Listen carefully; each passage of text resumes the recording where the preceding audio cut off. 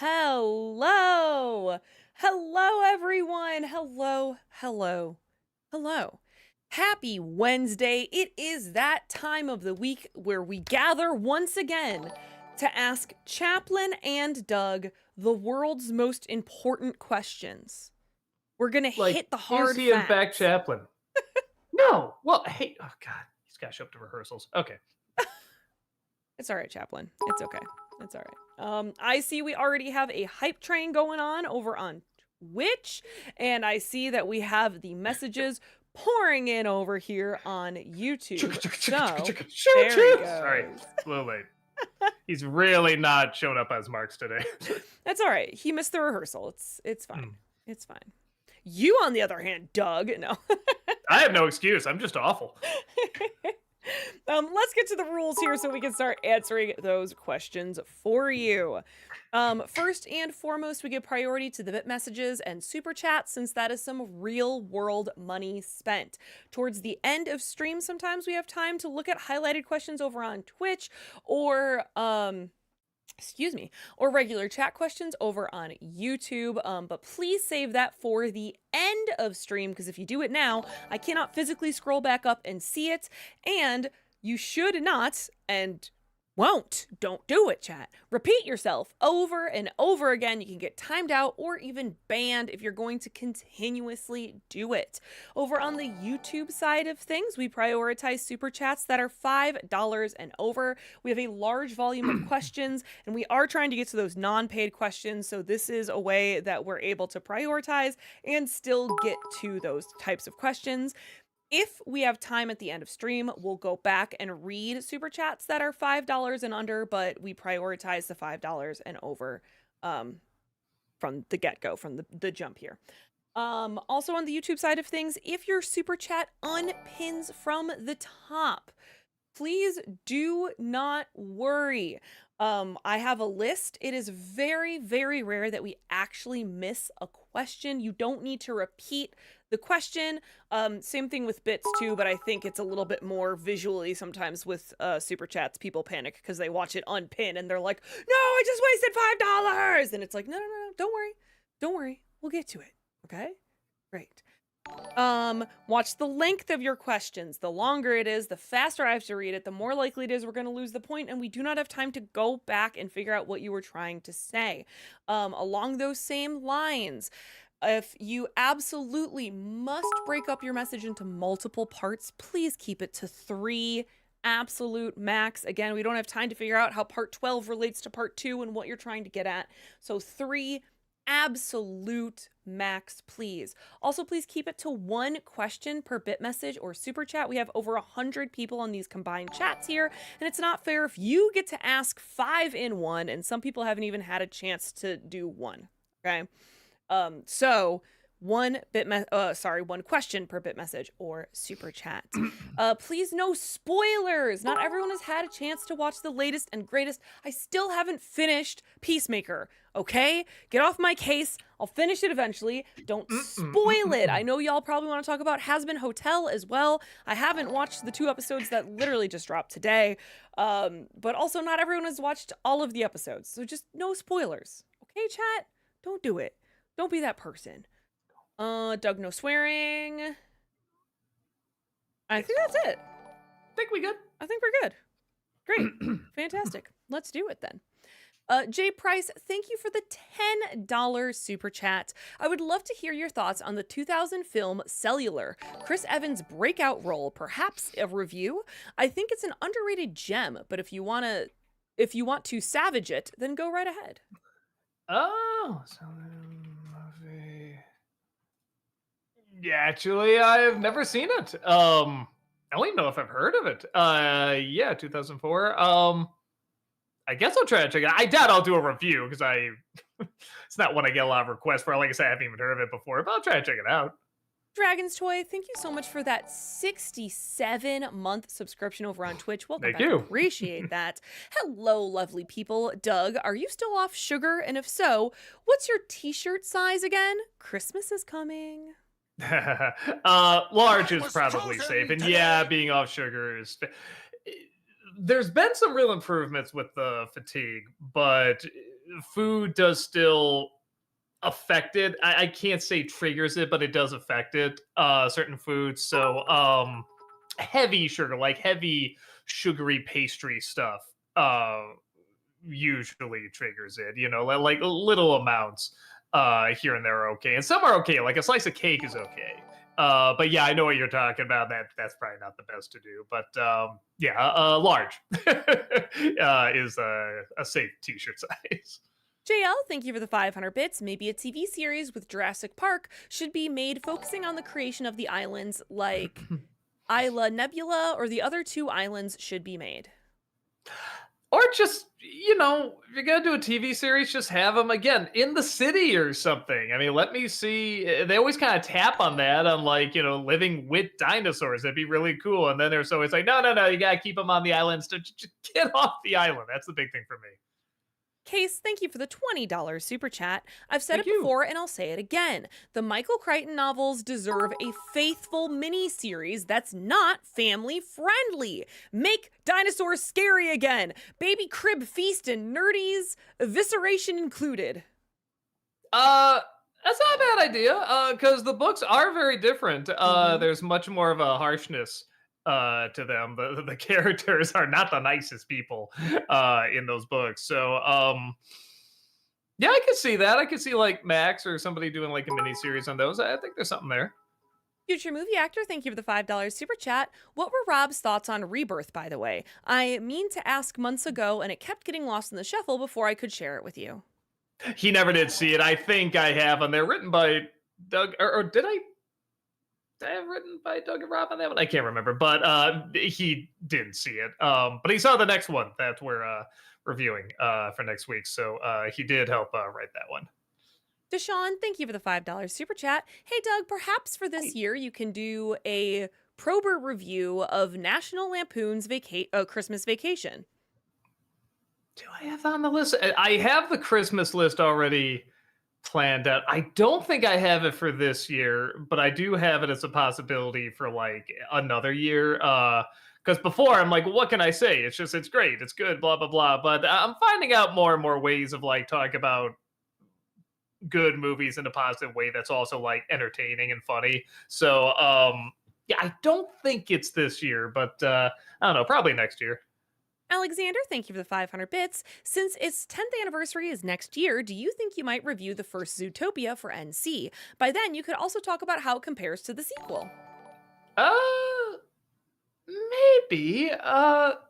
It's one of those where I did a vlog review and I did Disney December review, kind of going back to it, because the first time I saw it, I liked it, but I thought it was a little too obvious. And then watching it again, I'm like, all right, yeah, it's obvious, but it is pretty clever.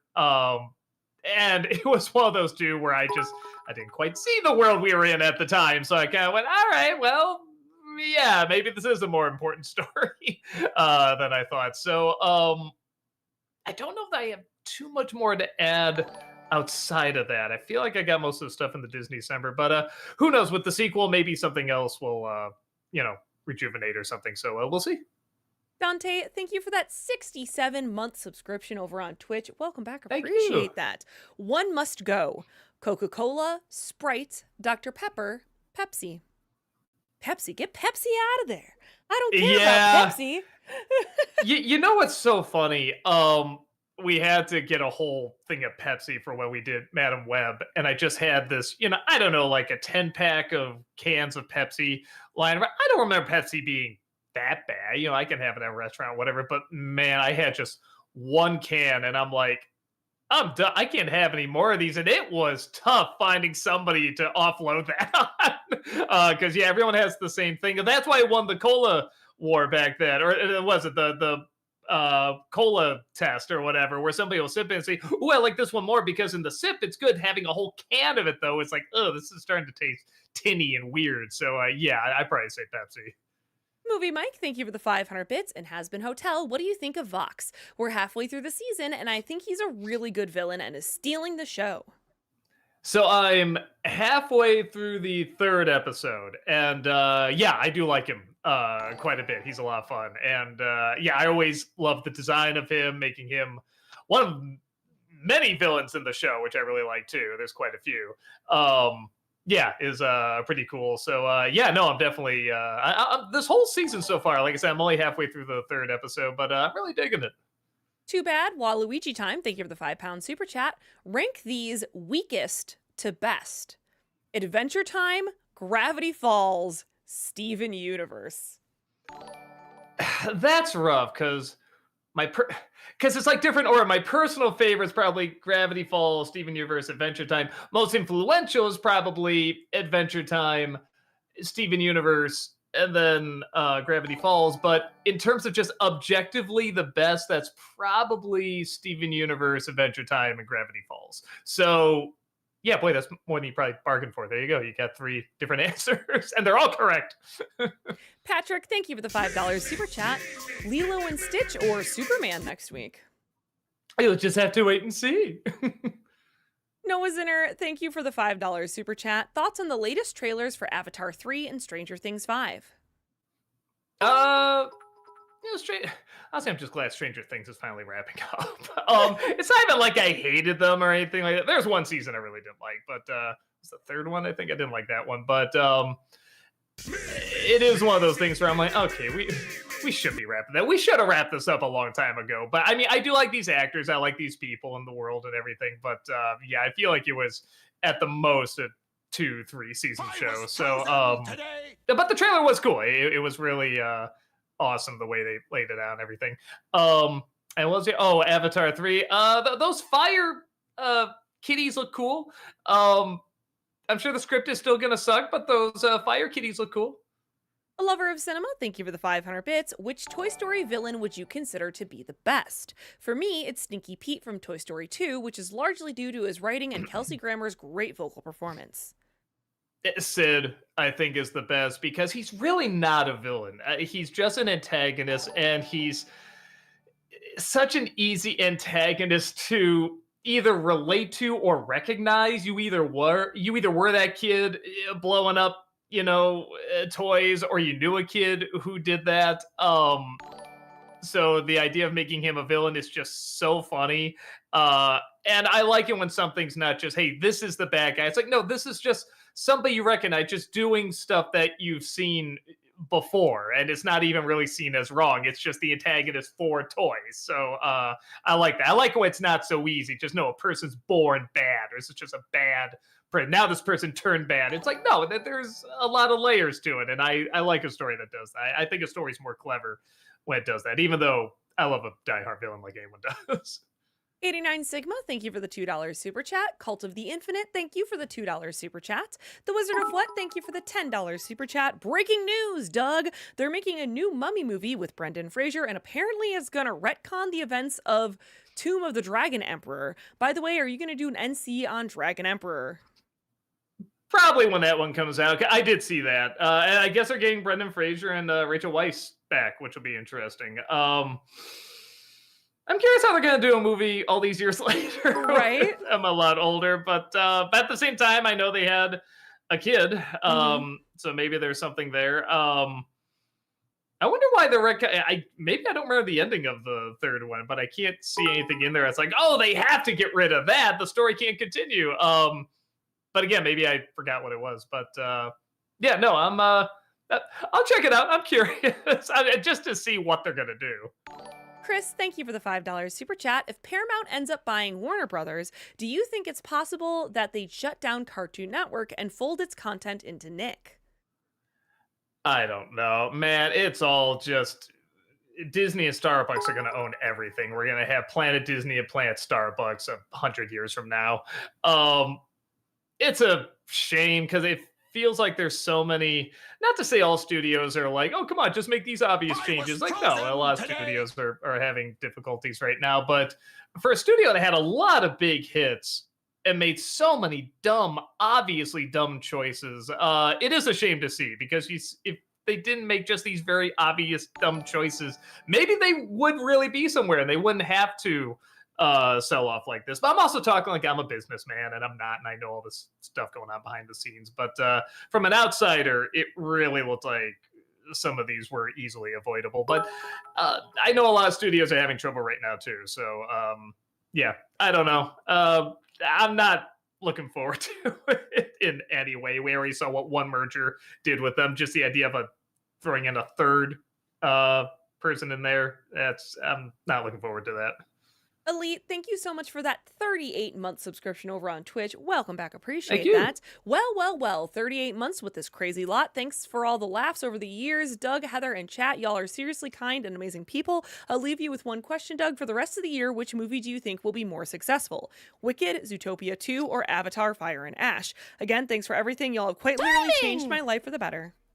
My God, thank you. Thank you. It was very kind of you to say. Well, who can say have I been changed for the better? But because I knew you, I've been changed for good. I have Um, been changed for good. with that said, it's probably not Wicked. It's gonna be stupid Avatar. Because it's just proven they can write whatever they want, and people will go see it a million times. Everybody in the world has to at least see it once, and that's enough. So yeah, that'll do it. Levi, thank you for that 10-month membership over on YouTube. Welcome back. Appreciate that. Thank you. Are you ever going to review the last 4 X-Men films? All you have left are First Class, Days of Future Past, New Mutants, and The Wolverine. Uh, maybe. I'll spread them out if I do.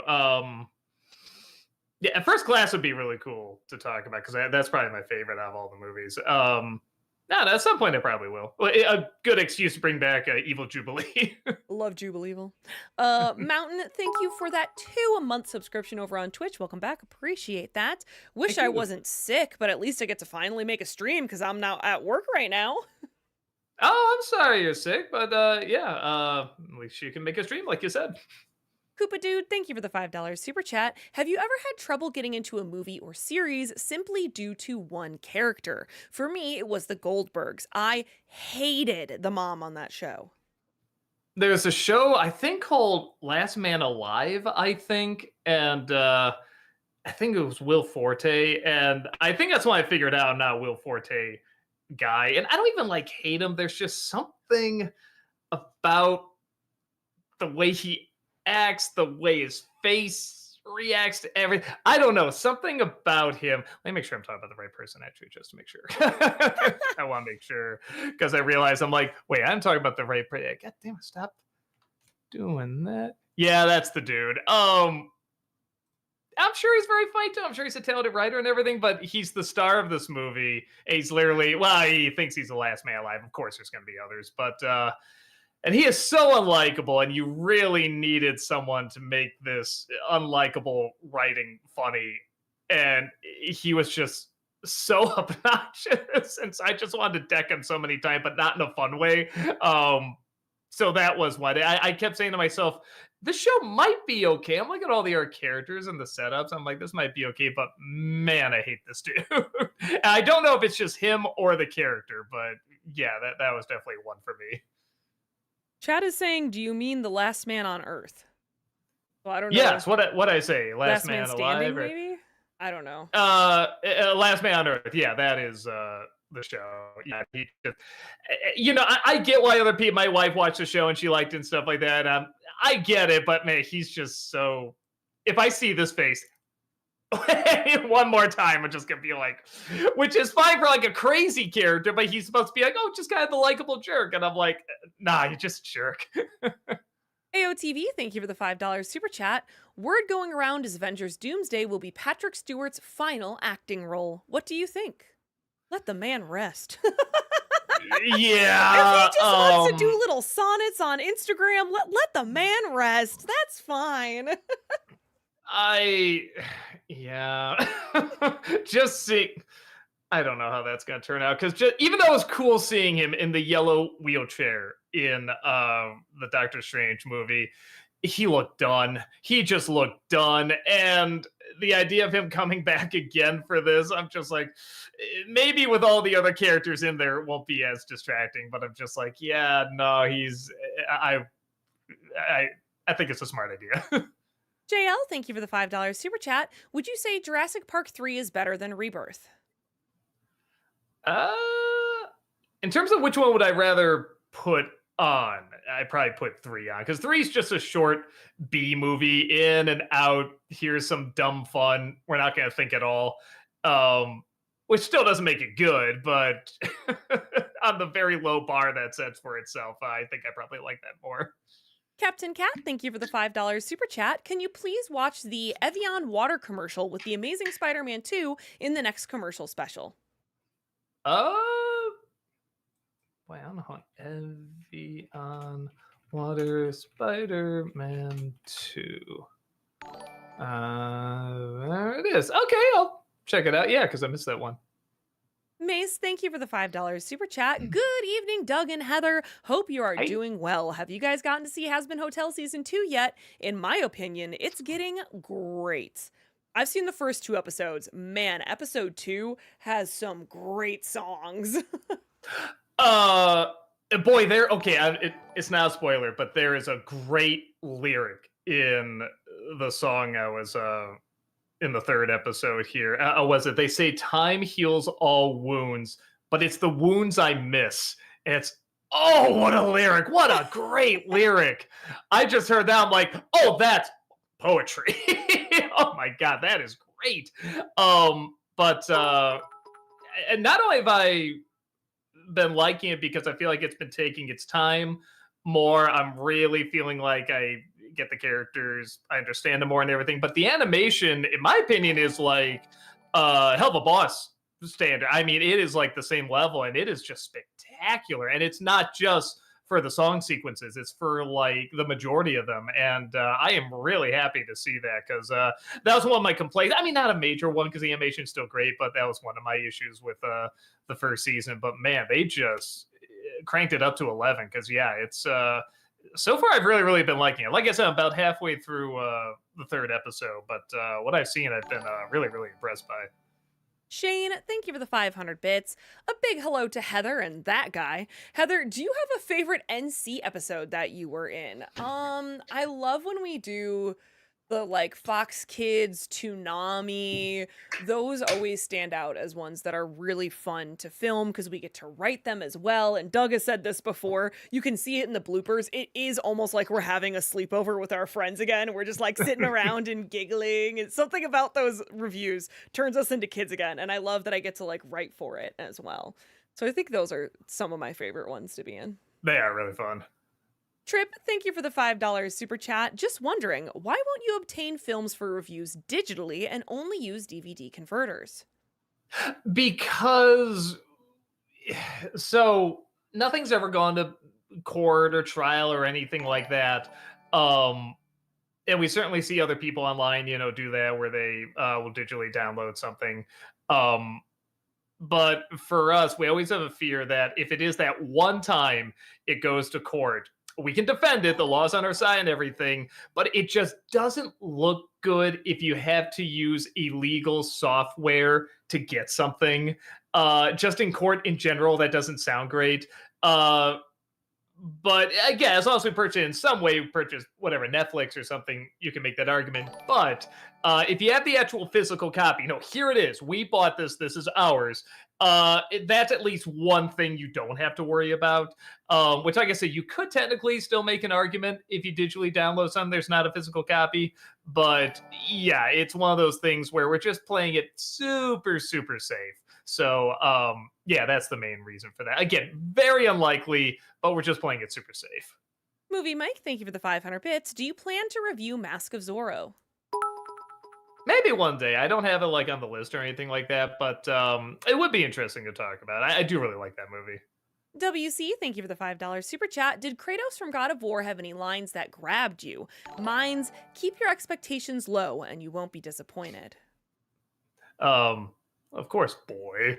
No, it's funny. I remember the attitude, I remember the moments, but in terms of like specific lines, not to say the writing's bad. I mean, I remember being really good. I do remember some lines sticking out, but in terms of like specific, like quote them right now, I probably couldn't do that. But I do remember moments. I do remember he would say something that's like, ooh, like that's,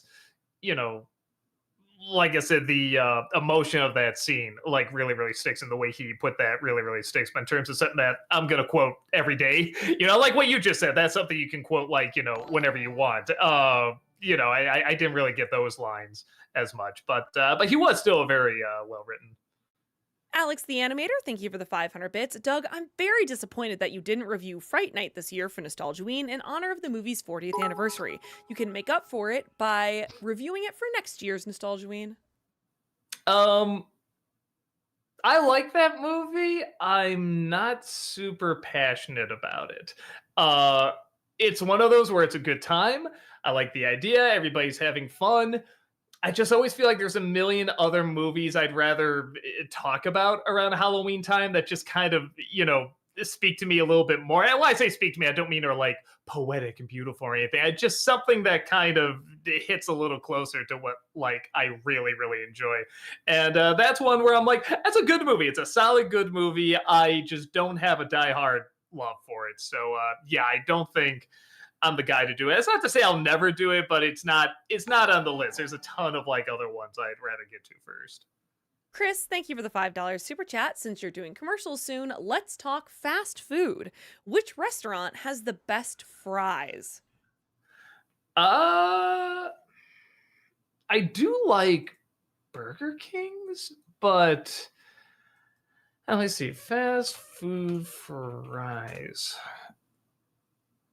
Oh, Portillo's are pretty good. I also really like Steak and Shakes. I think because they're like thinner and like crispier, Steak and Shake has some really good fries. I get that. I understand that. Yeah, I have to be in the right mood, but yeah, I'd agree with that. Yeah, I think those are pretty good. Mountain, thank you for the 500 bits. So you said no big film projects in the works last time. Does that mean no Melvin episode 2 also? Well, we gotta obviously set up his epic conclusion. I mean, it's been years and years. Obviously, I said there were going to be more episodes in that one episode. So, I mean, that there's a whole slew of stuff planned. I just don't want to give it away. So, pretend like I didn't tell you that. The Wizard of What, thank you for the $10 super chat. I have a theory. Jurassic movies make a ton of money, but each one makes 2 or 300 million less than the last. So if the numbers add up, the 8th one, and let's face it, there will be one, should only make 600 million. That's all. Now watch, that'll be the one where they really put a lot of like effort into the script and they try to do something really different, and that's going to be the one that makes like the least amount of money. Be like, well, that's what we do when we try. Movie Mike, thank you for the 500 bits. In Zorro, what do you think of the scene where Alejandro sneaks into the garrison to steal a horse? In most movies, that scene would feel like pointless filler, but it's such a fun action sequence. Oh, I agree. It's so much fun. And you really do see how the character it changes and evolves. And even though they very much glance over turning him into a gentleman, it's not because you know Anthony Hopkins' character so well, and you know how much this guy will dedicate himself to, getting his revenge and getting where he needs to get and everything. It is believable. Obviously, it's Antonio Banderas. He's like stupid charming. So, yeah, the way all of that works, I think the more you have that there of seeing him as kind of a screw up and everything shows how much growth he's going to have. Not only into being Zorro, but also being, the suave gentleman. Jimmy, thank you for the $5 super chat. Do you enjoy the music of Tom Petty and the Heartbreakers? Yeah. This is one of those things, I've said this before, is some like, obviously I know the band, that's a famous band, everything. I do have to look up which songs are his, because the songs for a lot of bands I know just get like kind of muddled up in my head. Oh yeah, End of the Line is great. Run Down a Dream is great. Yeah, no, I mean, yeah, American Girl. I mean, these are like great songs. Yeah, no, I remember really, really liking them. I say really like him, like I remember that, like this little band. I don't know if you've ever heard about Tom Petty and the Heartbreakers. I'm not sure, but yeah, no, they're pretty good stuff. Alexander, thank you for the 500 bits. What are your thoughts on the film Central Intelligence starring Dwayne Johnson and Kevin Hart? I remember liking it. I'd be lying if I said I didn't remember the advertising most, which is sometimes all you need is a big Johnson and a little heart. I'm like, that is so stupid. I kind of love it. But no, I remember it got some good laughs. I remember they're both very funny in it. I remember my favorite, without going to spoilers, is how The Rock's character remembers something happening during a big scene. I think with Aaron Paul's character. I think it was Aaron Paul in that. Um, when you see how it actually went down, it's just so funny. That's like my favorite scene in the movie.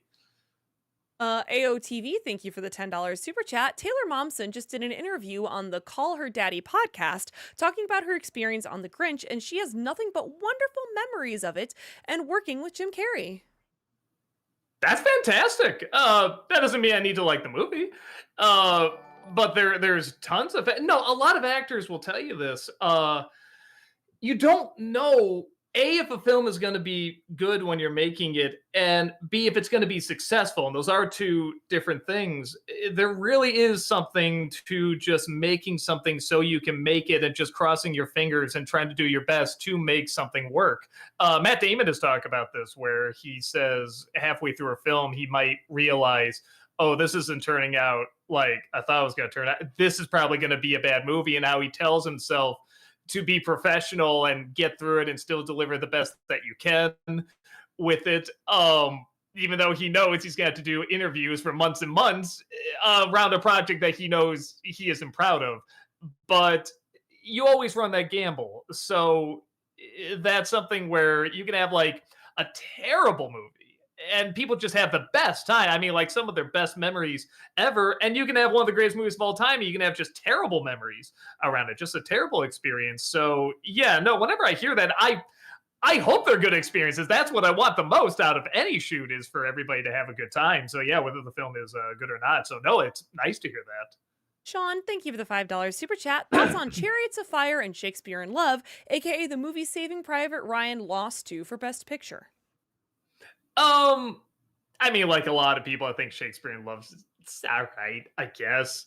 I don't know. I never quite got the big deal around it. And horrible confession, I've never seen Chariots of Fire. I know the Wow. music, I know what it's about. I have not seen it, so shame. The Ultimate Frozen Fan, thank you for the $5 super chat. You know, I think Glitch Productions making fun of Disney is hypocritical. They use merch to fund shows, like how Walt used ABC shows to fund Disneyland. I don't think that's the only thing they're going after. And to their credit, I think what they're satirizing is that they're thinking of the commercial first, uh, where that's not what, the Guinevere show is doing. Obviously, it had an idea, and it's very obviously commentary, on Disney and everything, and the bad experience she had there. But I think that's more what's going after, is that it's going after, hey, here's something we can sell, and we'll work the story around that. Where with this, now you could argue, commentary sometimes works that way, and I think that definitely is an issue. Sometimes somebody will put the commentary over the story. But in this case, I think for a first episode, they seem to feed into each other all right. So, yeah, and I think you do see that with like the Disney live action remakes and stuff, how this is more commercial than, trying to tell a good story. So that didn't bother me. I saw some of the backlash on that when they were selling stuff. I'm kind of going, I don't think that's the main issue they're going after when they mock Disney. Grass, thank you for the $5 super chat. TIL, I think that means today I learned, the voice of Boots on Dora the Explorer played Gavroche in the Broadway Les Mis show at some point. That's cool. That I is. didn't know that either. Yeah. JL, thank you for the 1,000 bits. What happened to the can in Jurassic Park? That idea form the original was dropped. I always thought they were going to do something with that, and they never did. They show it dropping. They show like the mud falling out. I kind of thought like, oh, maybe that's going to keep it cool or something like that. But at the same time, I guess, what can you do with it? The more that the dinosaurs are already there. So I guess I always thought that was building up some sort of sequel, and then only right now they realized, but wait, why? That they didn't blow up the dinosaurs. They didn't get rid of them or anything. They're also, what would the point be? Strider for Life, thank you for the 500 bits. Do you have any favorites in the film noir genre? Brother, let me think. Well, Spider-Man noir. No.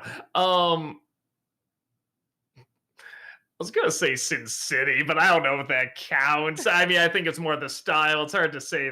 I mean, some of them are mysteries, but anyway, I wouldn't count that. Probably, probably Maltese Falcon, but I don't know. I feel like there's a more. Forget it. It's Chinatown. Chinatown. I really, really like. That's a really good one. The Wizard of What, thank you for the $5 super chat. This is part one. Here's a twisted idea for a Queen of Hearts adaptation. You know how she always shouts, "Off with their head!" To be continued. Yes.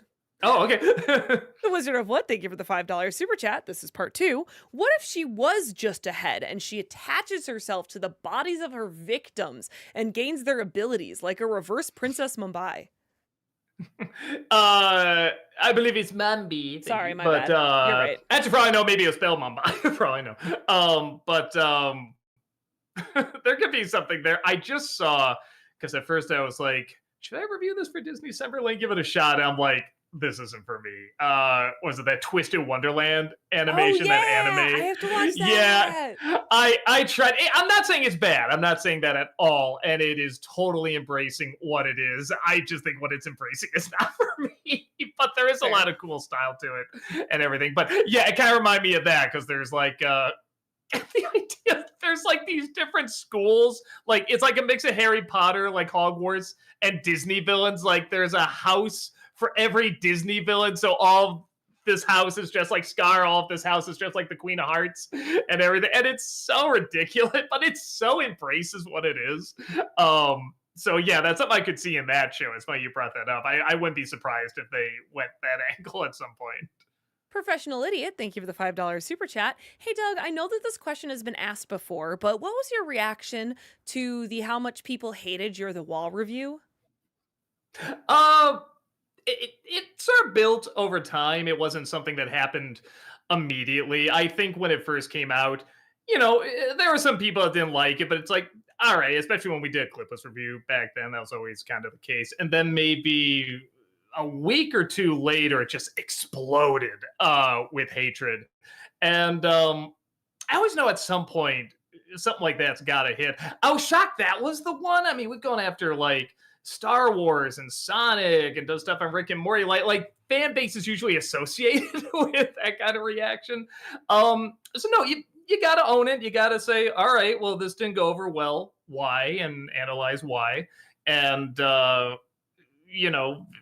what do you bring to future reviews? What do you not bring with that? And it's certainly the last time I can say I figured out the difference between a gamble and an experiment. Experiment, you're trying something new, but you're not risking anything. A gamble, you're risking something. And that's probably the last time I really risked something. And the thing is not for me. I don't care if somebody's like, that stuff sucks.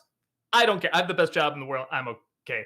It's when I bring other people into it that I'm just like, I want to do my best to get something for them and they get something out of it. They get a good, not only good experience, but good video. They get some good views and stuff like that.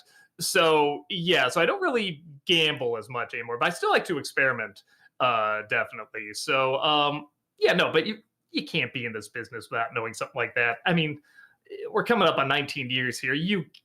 For that to be like the big blow up, it's like that's a pretty decent run. Movie Mike, thank you for the 500 bits. And Ghost, what do you think of Whoopi Goldberg? Oh, I like her. I think she's very, very funny. And she did the dramatic moments well too. Yeah, no, I mean, solid performance. Jimmy Vance, thank you for the $5 super chat. What's the key to writing good dialogue without sounding stock or cliche? I don't know. I mean, I usually just say go out, have a conversation with someone. If you know somebody who's very good at having a natural conversation, I mean, maybe just bring up the scene you're talking about and sort of go back and forth. I mean, honestly, just kind of role playing sometimes. I did an acting class years ago. It was an improv class. I thought, oh, this will be learning improv comedy, but that wasn't it. It was learning improv for acting, for dramatic acting, and some comedic, but mostly dramatic. And it was helpful, and it did show that when we have these bullet points, and then you go in and you don't have a script, but you have the character, and you just sort of go back and forth. Like you do learn more about the character and the scene and stuff like that if you're very honest with it. So yeah, I'm not sure if that answered the question, but I would say just try to get yourself in the mind of the character and just talk. Let the characters do the writing for you. That's usually what I say. If you have a really good character, you're not really writing as much as transcribing what they're saying and what they're doing. Sean, thank you for the 500 bits. Doug, when are you ever going to do an NC on the Species movies? You missed an opportunity to do the first one for Nostalgia Ween for its 30th anniversary. That's another one. I've seen bits and pieces of it. I've never seen the whole thing. Uh, I always heard it was okay, like nothing, amazing, but I guess I should sit down and watch the whole thing. Yeah, every time I saw it, like it didn't look bad. It just didn't look that interesting. So, I don't know. I guess at some point I'll sit down and give it a watch. Ultimate Frozen fan, thank you for the $5 super chat. Netflix takes so long to release stuff that I'm wondering how many people will care or even remember what K-pop Demon Hunters is when its sequel releases in 2029. We'll see. My guess would be they'll remember and they'll stay. There's something about. So I get the concern. Netflix has a pretty good track record of releasing a follow up to something and doing very well. I mean, we're on Stranger Things 5, right? Or is it even 5? It's yeah, 5. And I feel like not only that, but with animation, the fans will wait. Yeah. Most of the time, if it's really something big, really something that exploded, I think they'll usually wait. But it is possible that, like, it's just got this little window and something else might come and, take the baton and run with it. And then K-pop's not a big deal anymore. But I feel like with the songs and the style, the imagination of it, I feel like it's going to be all right. Yeah, I would agree with that, especially with animation, like you're saying. I'd much rather have animation studios take longer and treat their animators right than to rush something out just to strike while the iron is hot. Mm. So I think people understand that. I don't think it's just a Netflix problem. Well, and Future. then you see, Sorry. I was going to say too, just with animation right now, too, people are waiting for like a lot of online animated shows. And when Mhm. they wait, the material does look better. Right. Uh, so that's why, like, whenever they say, "Oh, Spider Verse is delayed again," I'm like, "Take your time," because Right. I It's want fine. to see you do even better than the last one because the last one was so amazing. So, yeah, no, I think a lot of animation fans understand that and they're patient enough. And again, they have to have something that really does stick and people want to return to. And I think there's a lot of potential for K-pop Demon Hunters and more stories and definitely songs for it. So I think they got at least one more. After that, we'll see. Like if the second one only does okay, or the reaction to it is just okay, then we'll have to see like what the third one after that brings. Future movie actor, thank you for the $5 super chat. This is part one of two. First two Twilight movies didn't get nominated for WP, but in 2011, both Vampire Sucks, parody of the two movies, and Eclipse each did, though. And this is part one, so to be continued. All right. Movie Mike, thank you for the 500 bits. Are you reviewing The Ref for Disney December? Yeah. Good. Good guess. I think I might know how you got that guess. Because somebody did bring up, I think this year on stream, did you ever see The Ref? I'm like, I forgot about that. That's right. I always wanted to see that movie as a kid, but my mom wouldn't let me. I'm gonna see it now that she's dead. No. That was short. Oh my No, God, Doug. sorry. I'm like, my brain's like, don't go there, don't go there. I'm like, just go there. It's your go mom. there. You can do it. But no, it was something where I totally forgot about this movie, and then when it was brought up, I'm like, oh yeah, and I'm like, it's touched on. It's a Christmas movie, so yeah, that'll actually give me a perfect excuse to see it. So yeah, but nobody else knows about this movie. That's why when you said that, I'm like, huh? And I'm like, maybe you were the one that asked about it before. JL, thank you for the $5 super chat. November 5th today is the day Doc Brown invented time travel. Hmm. Nice. Cool. I did not know that. Loopy Shot, thank you for the $5 super chat. Mariah Carey has been defrosted. Are you two ready? Hello. There she is. Yeah, no, I'm definitely as long as it's after Halloween. Before Halloween, I'm like, no, stop, just stop. But after that, I'm pretty open to it. Dave, thank you for the $5 super chat. Look out for the boogeyman. He's picking his nose. Classic. They really capture the voice of the youth in that line in that whole movie. Yes, they did a very good job. Future movie actor, thank you for the $5 super chat. This is part 2 of 2. Neither of them ended up winning, however. Last Airbender did. The Bounty Hunter and Sex and the City 2 were both also nominated. I forgot what the Bounty Hunter was. Yeah, I'm assuming you're talking about the Razzies. What they called again? WP or VP? They said WP. WP? I mean, I'm assuming worst picture?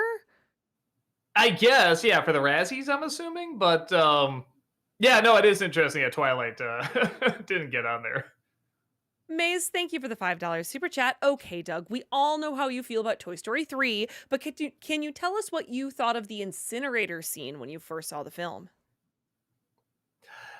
I liked how intense it was. I was never fooled that they're going to end it this way, kind of thing. But at the same time, I do always like, well, it's a kids movie. I always say we need, tougher kids movies. That's a tough scene for a little bit of time. So, yeah, it's a very unpleasant scene too. I mean, you just feel that heat and that they can't escape. I mean, it is like they're just going into hell, isn't it? So, yeah, as a scene, I'm like, yeah, no, it's a good moment, but some people were saying, I really thought it was going to end there. I'm like, okay. That was my computer, not yours. Sorry, chat. Oh, wasn't there somebody that edited the movie, like showed their mom or their grandma or something, and they ended it there, like showed the whole movie, and then when they're going towards the incinerator, they just rolled the credits, and the lady was like, why would they end it that way? That's awful. Sailor Aaron, thank you for that 53-month subscription over on Twitch. Welcome back. Appreciate that. 53 months. Woohoo! Also, hello, y'all. Hope y'all are doing well. Also, Doug, will you be reviewing Mr. Holland's Opus for Disney December this year? The film is turning 30 this year. No, I still didn't get around to seeing it. I'm sorry. Movie Mike, thank you for the 500 bits. In the first episode of Hasbin Hotel Season 2, what do you think of the song the V's sing once we get up there? Good, and all the songs I think have been pretty stellar. And everybody's right. Gravity's awesome. That was really, really cool. As soon as I saw it, I rewound it and watched it a few more times. JL, thank you so much for those 5 gifted subs over on Twitch. Really appreciate that. Thank you. Digiakuma, thank you for the $10 super chat. Hey, Doug, was waiting on payday last week, so I couldn't follow up my question about producers. So Old versus New is retired by your words, but how about reviewing Producers 05 like you did Haunting? I just don't. I mean, it is Broderick. I was gonna say I don't really have a passion for it. I'm like, well, I always have a passion for making fun of Matthew Broderick. We'll see. Nothing else about it really grabs me, but man, it might be worth it just for the Broderick jokes. Sean, thank you for the $5 super chat. Thoughts on the movies Lion in Winter and Silver Linings Playbook? Silver Lining, I remember being all right. I'd be curious to watch it again after all the. It's one of those where I'm like, I wonder how this aged. Maybe it aged great. I don't know, but I'm curious about it. Lion in Winter, sadly, another one I've seen parts of it. I know what happens in the story. The parts I've seen are fantastic, but I have not sat down and watched the whole thing. And yeah, it's another one I definitely should. Empire fan, thank you for the $5 super chat. Hey, Doug, what are your thoughts on they're doing another Mummy movie with the old cast? Sure. I mean, you're talking to somebody that never got into those movies that much anyway, so I'm not like, oh no, but I'm not like, hooray, or anything like that. I like all those actors. So just seeing them again, I think will be really cool.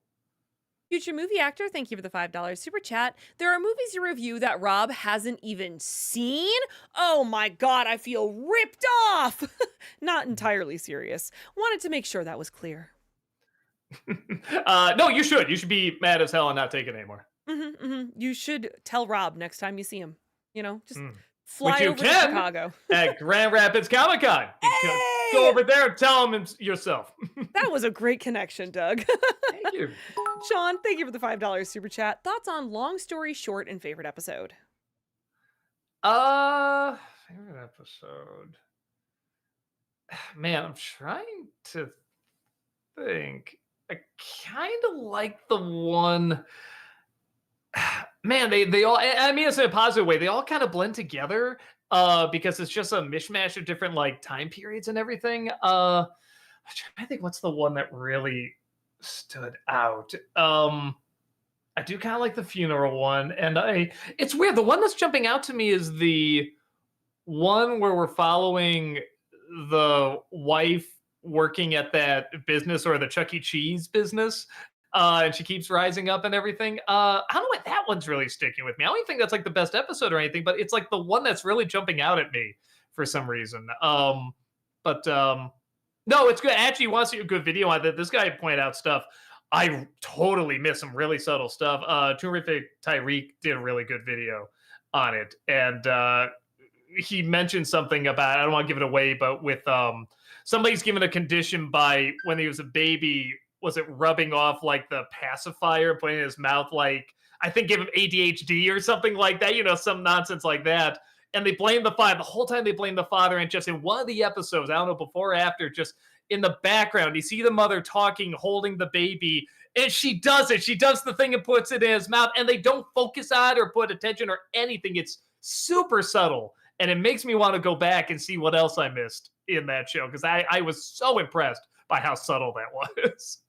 Alexander, thank you for the 500 bits. Who would you say is the most unlikable movie character who was meant to be liked? I mean, you could go for something like Jar Jar, I guess. I think the characters in Deck the Halls are pretty awful.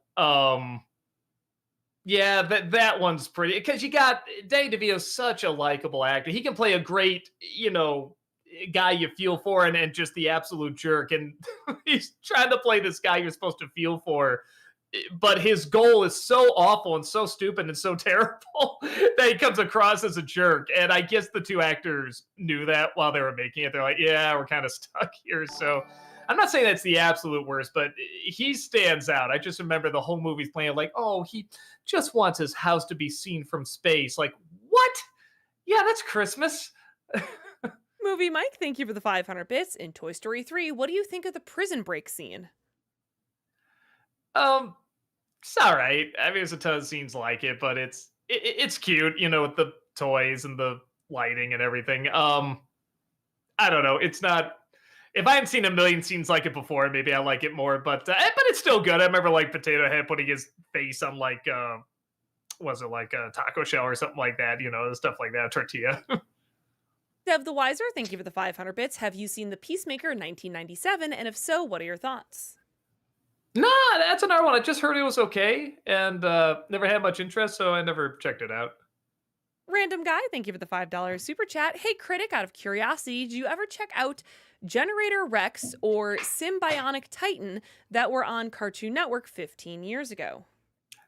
Nah, I'm sorry. I don't even. Maybe I've heard of them, but no, I've definitely never seen them. A lover of cinema, thank you for the 500 bits. Which Disney comic relief do you dislike more? Mushu from Mulan or Trek, aka Rosie O'Donnell Gorilla from Tarzan? Oh, Rosie O'Donnell, Gorilla. Yeah. At least Mushu. There's a couple of funny lines from Mushu.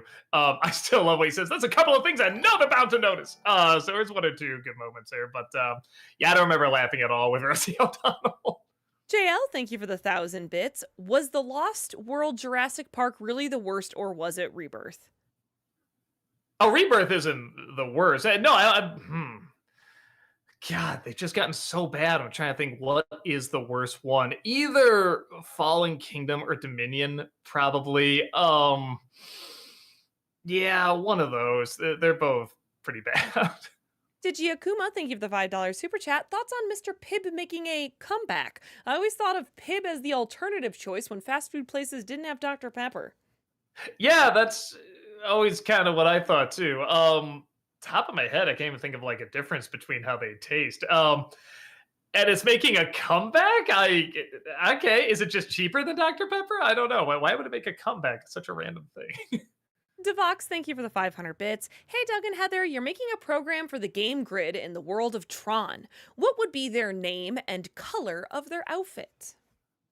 Well, they'd be plaid, obviously, because everything's a grid anyway. And their name would be the Plaidsters. Great, fantastic. Dev the Wiser, thank you for the 600 bits. What are some of your favorite... Are you frozen? I think Doug's frozen. I thought he was just silently staring me down, but I think he's frozen, chat. This is the face of a disappointed Doug. This is what you don't want to see, Doug. He's just looking into your soul. He's so disappointed in all of you, chat. He's so disappointed. Wait, hold on. I was frozen. I was frozen today. There we go. Oh, great. Now I'm invisible. There he is. Okay. There he is. All right. Yeah. No, He's sorry. there. It turned me invisible. I'm sorry, guys. Go ahead with the next question. Oh, okay, sure. What are some of your favorite Jean-Claude Van Damme movies? Well, I do really like JCVD. I thought that was pretty good.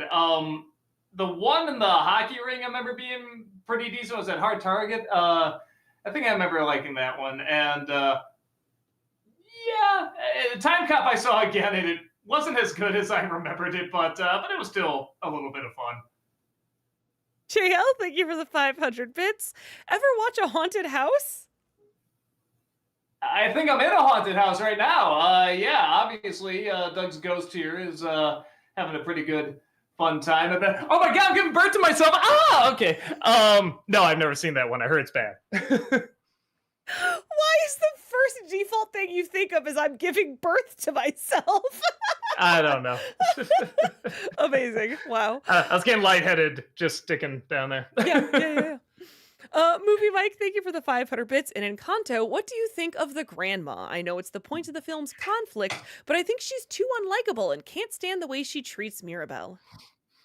I think there should have been not a ton, but just a little bit more focus on her. And I get that's the idea, is that you're not supposed to be aware this is even going on necessarily, like it's all sort of under the surface, but just a hint more, like maybe a few more minutes developing her, because you're right, some people could see her as being a little too unlikable, but I think when you think of like the intro and the history and everything, you get the idea pretty quickly. But yeah, I would have liked a little bit more time with her for the same reason you said, to kind of flesh her out a touch more. Dev the Wiser, thank you for the 500 bits. Have you seen Kinds of Kindness 2024? And if so, what are your thoughts?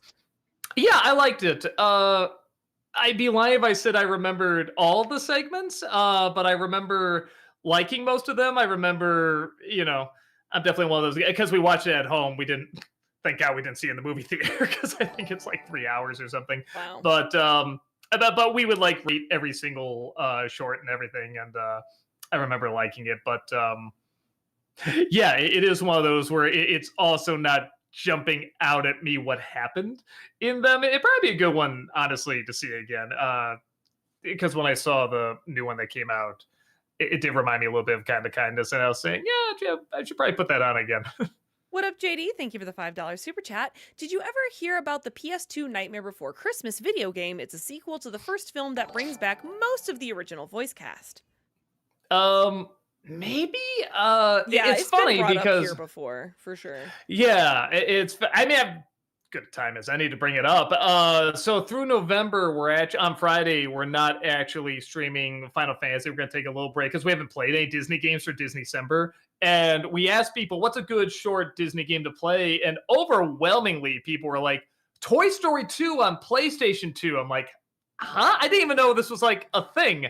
So we're actually going to be doing that this Friday and for the rest of Fridays. And when we're done with that, we're going to play Marvel Rivals after that, which we have played before, but I'm going to play it this time more as like reviewing it. So yeah, when December starts up, we'll go right back to Final Fantasy again.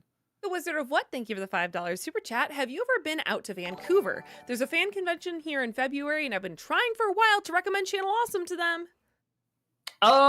Yeah, and actually, I've been out there a couple times, and actually, some of the times was for a convention. I forget what it was, but no, Vancouver's beautiful, wonderful place. We used to live in Seattle, and we would visit there quite a few times. So, yeah, no, I remember really liking it. Movie Mike, thank you for the 500 bits, and Hasbin Hotel. What do you think of Loot? I remind myself who Loot is who Loot sang is. Gravity, Adam's right hand. Ah, gotcha. It's funny because I remember her a little bit from the first season. I definitely remember her a lot more in this season. I mean, obviously she's one of the main villains now, but yeah, I thought she's pretty cool. For someone that, again, I was kind of like, yeah, I kind of remember this character. I kind of remember just some cool action sequences, whatever. I feel like I definitely remember her more in this one, and I feel like it's got to be a Dune homage, a Children of Dune homage, with her seeing Adam in her head, because that's something that happens in the later books. I mean, I guess that's kind of a common thing in general, but the Yeah. way it's written and done, it's very, very similar to those books. Derolo, thank you for the $5 super chat. Love your videos, NC. Do you ever think you would do a Hobbit month on each of the movies with first viewings? Love you and Rob's reactions. No, I mean, I just reviewed all the movies in one video. That's the best I can do, man. I don't know if I could sit through them again. Like I said, I do like the first one quite a bit, but after that, they're rough. They're a rough sit. But Brett- thank you for the kind words. Brett, thank you for the $5 super chat. For next NC commercials, do Tommy Wiseau's Memorial Day PSA, where he tells us not to be afraid to celebrate Memorial Day. I guess I could. I kind of remember people recommending it, and like I could get a joke or two, but I don't know. It wasn't like, yeah, it's weird. Like he's always weird, but it wasn't jumping out at me for like a million things I could do with it. So we'll see. When the inspiration hits me right, maybe I will. Methuselah, thank you for the $5 super chat. Have either of you watched the HBO show Barry? I'm late getting to it and love it. Has that really dark sense of humor. It's what Dexter wishes it was. I saw, I think, a season and a half of it, and I liked it. It's a good show. I just again got it got other things going on, distracted and everything like that. The only thing, I know a lot of people disagree with me on it, and it's horrible to say because I know he like helped develop the show. I don't believe that actor. And he's a good actor. What's his name again? Plays Barry. Oh gosh. I'm blanking on his name, but he's a good actor. I just don't believe him as a hitman. I don't know. Just something about it doesn't ring true to me. But everything else, it's not awful by any means. It just feels like a performance. You know what I mean? Where everything else feels like these people are just these people. But I do like it. It's well written. It's funny. You're right. It does have a dark sense of humor. It can be very dramatic, as well as some good twists and turns in it. So yeah, no, it's definitely a good show. Bill Hader, thank you, chat. We appreciate you. Thank you.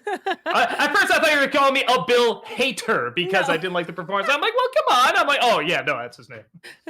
Cult of the Infinite, thank you for the $5 super chat. Hey, Doug, ever thought of reviewing any of the Full Moon production horror movies like Evil Bong or Ginger Dead Man? They are so dumb in a fun way. I think I've seen like the cover of those. I don't think I've actually seen a full movie.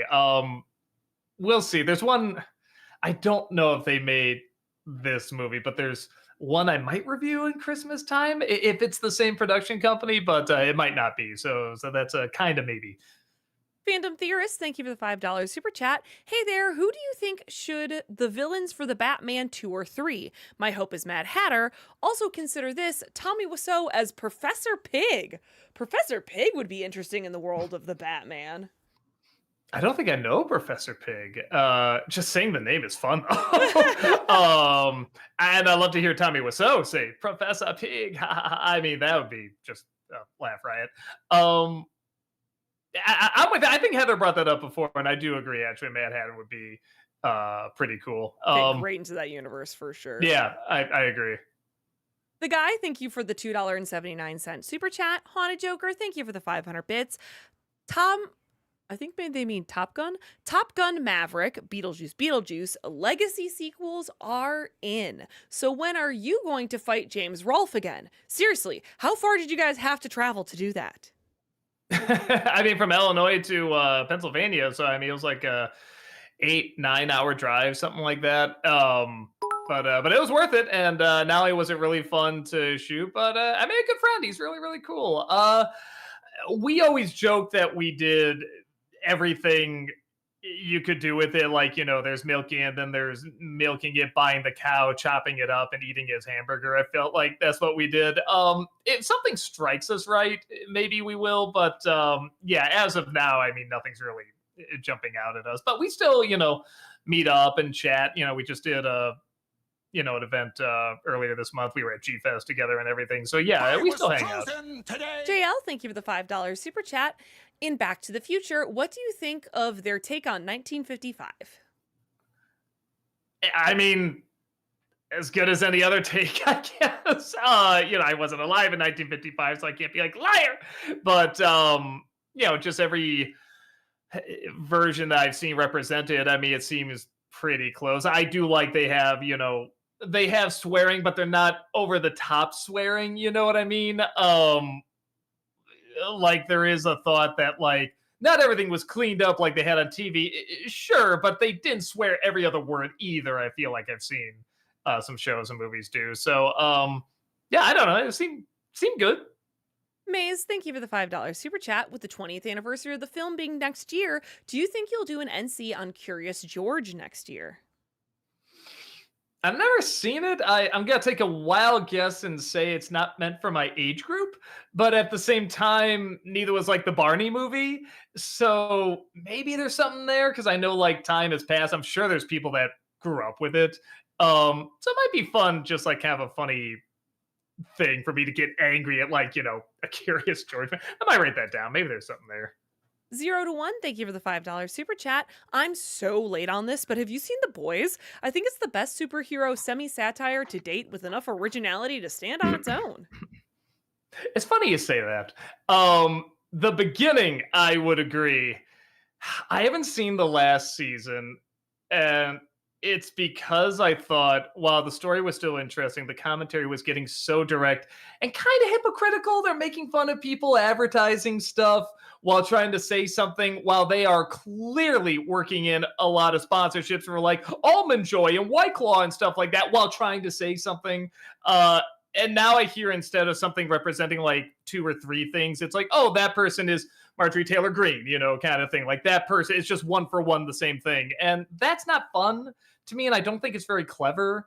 So I backed out when they started doing that. So I haven't seen the last season, even though there's a part of me that's curious just where the story goes. Because the story was still fine. But yeah, that was getting on my nerves a little bit. So I guess I'll wait and see if the next season, sort of tracks back on that. But I don't know. The way the world is now, I feel like they're going to go even harder into it. You know what I mean? Movie Mike, thank you for the 500 bits. And Ghost, what do you think of the scene where Molly and Sam say goodbye? Oh, it's a nice scene. It's funny because I saw how they did that effect where they do the kiss, and they had to be on different, they weren't together because they had to do the effects on him. So when I first saw it as a kid, I was like, oh, like they had a kiss. And then after I saw that effect, which was, I think the same year, I saw a little special that showed how they did it. I can't watch that scene without thinking they're not kissing. It looks like they're like a little distance away and they're not even like puckering or anything like that. So now every time I see that scene, it looks really awkward. But thankfully, the emotion of it is very, very good. James, thank you for the $20 super chat. Appreciate that. Thank you. Doug, this should make you feel a little bit better. Each Jurassic Park film from World onward has made less than the last, where Rebirth only made $868 million, and the same with Transformers, with Beasts making $441 million. Yeah, but that's all they need. If they just make the films a little cheaper, I mean, obviously they're skimping on the script.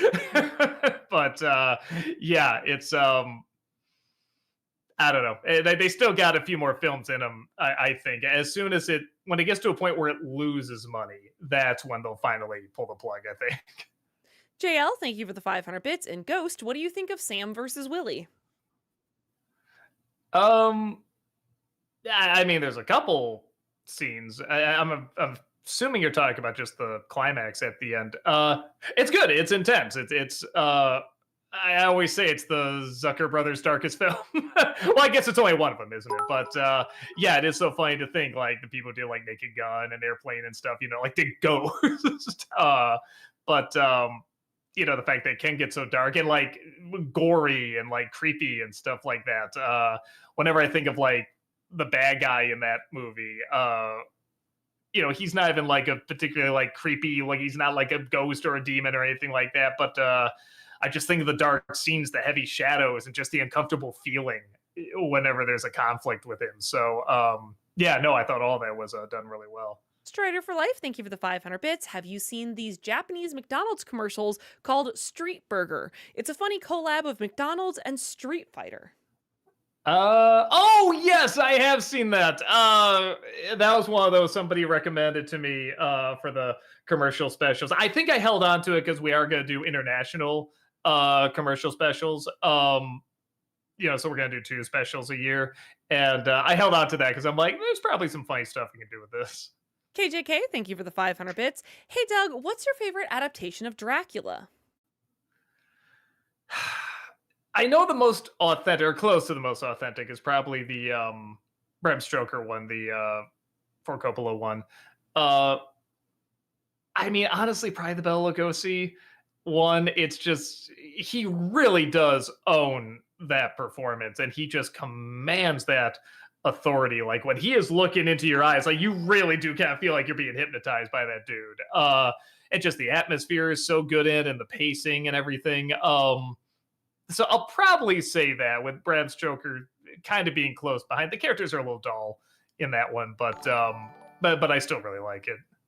AOTV, thank you for the $5 super chat. Jim Carrey has said being in Grinch makeup was torture for him. Do you at least respect him for what he was able to do under the circumstances?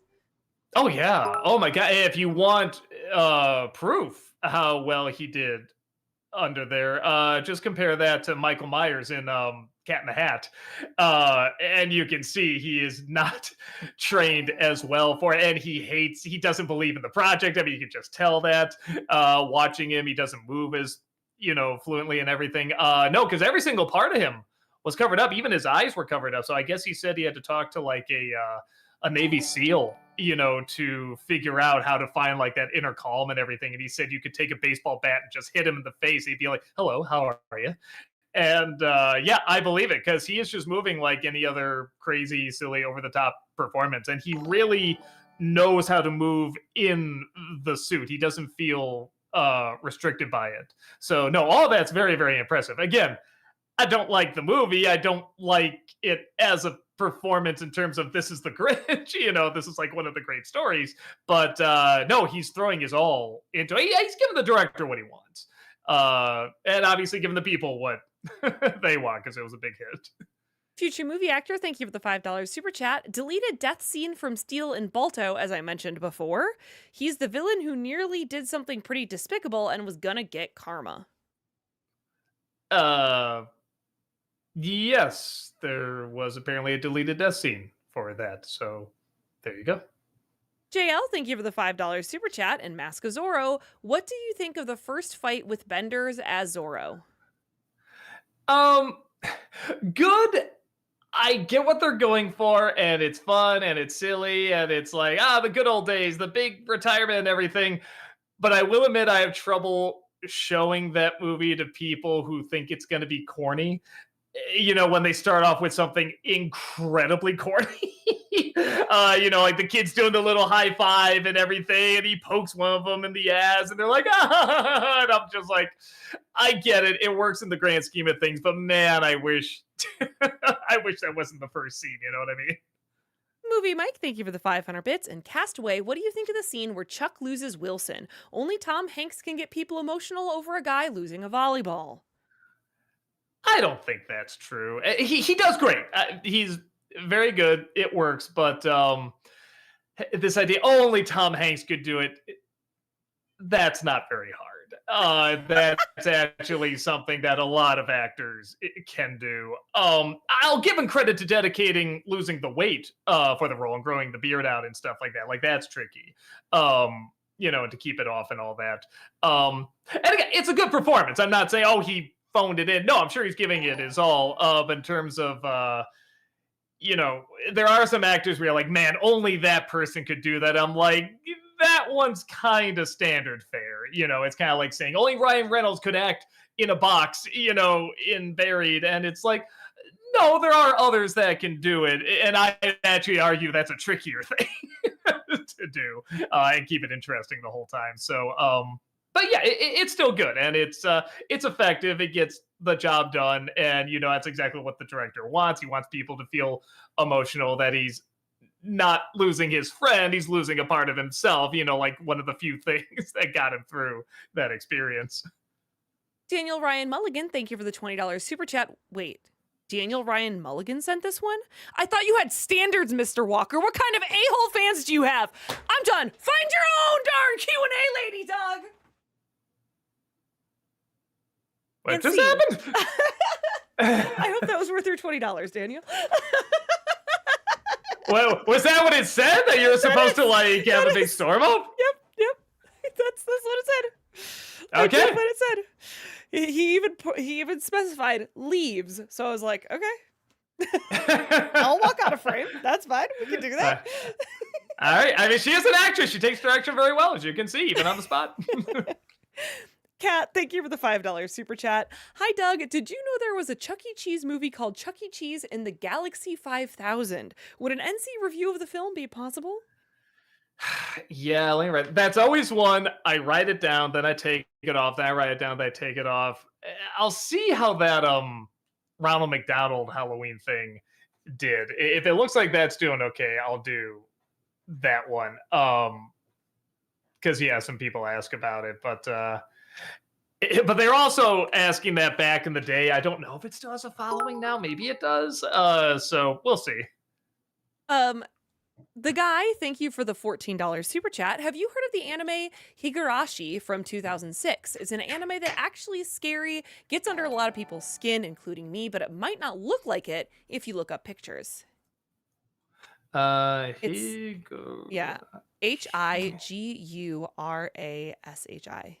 Higurashi. You're right. It sure doesn't look like it would be. Well, okay, hold on. I see this girl with like some creepy red eyes. I'm like, okay, that looks a little creepy. This one with kind of like a cat eye. Is it a movie or a show? I thought it was a show. I could absolutely be wrong. Yeah, I think it's a show. All right, there's a couple images popping up here, some bloody walls and stuff like that. So I'm like, all right, maybe I'll ask Rob about it. Have you ever heard of it? I've heard of it, yes, but I haven't watched it because I know it's horror, and that's not for me. All right. I mean, I kind of like these ideas, this unexpected horror. So yeah, the more I'm looking at some images here, I'm like, oh, you're right. It does kind of look like it's luring you into a full sense of security and then just blindsides you. So yeah, I'm gonna check that out. James, thank you for the $5 super chat. I brought up before my favorite character death played by an a-hole character was John Wayne in The Cowboys. What is one for you? What was it again? Death. Your favorite character death played by an a-hole actor. Man. Well, here's the thing too. A lot of actors, like, I don't know what they're like in real life and stuff like that, so I'm not sure. Even the ones I know, it's like, I don't really like that person, I don't like that person. Like, I can't think of them dying in anything. Like, I was trying to think if Russell Brand ever died in anything.